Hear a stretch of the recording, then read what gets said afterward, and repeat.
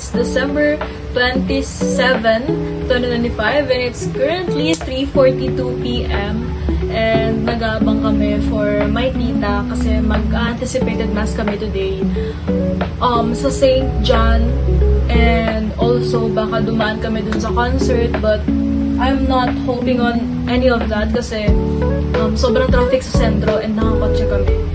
And also, so a little bit of story time for the previous video. So previous video na yun, nakikita nyo kami sa dulo na like we're celebrating kasi our instructor said that 29 is a holiday, December 29 is a holiday. So, baka di kami papasukin sa school ng guard, we don't have any permits. And minove niya to January 5, so yay! And for the January 5, since New Year pa, we decided to pause things, like postpone yung mga gagawin namin and just resume sa January 2.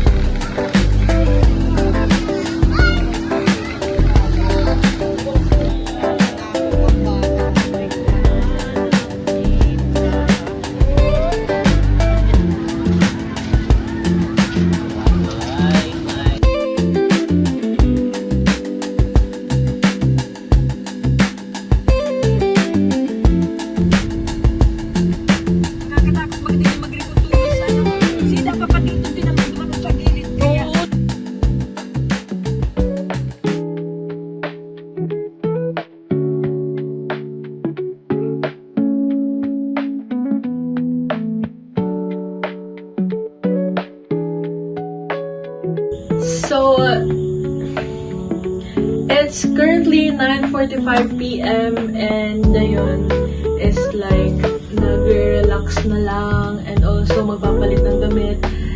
And a lot happened today, like switching from academics to also the holiday season ulit. And like, naglabas kami as a family. And also, nag-church kami, like an anticipated mass before going to the concert. Pero like, maraming tao, kaya sobrang siksikan. And also, nagdaan kami sa night market and sobrang daming tao din doon. And ayun, naglakad-lakad kami hanggang magbalik kami sa Freedom Park. And after the Freedom Park is, nagdiretso din kami sa kotse.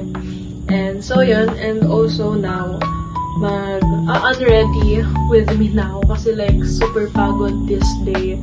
And baka mag-catch up ako sa mga series na pinapanood ko. So ayun, and I'll edit this vlog na yun din, kaya ang pagod.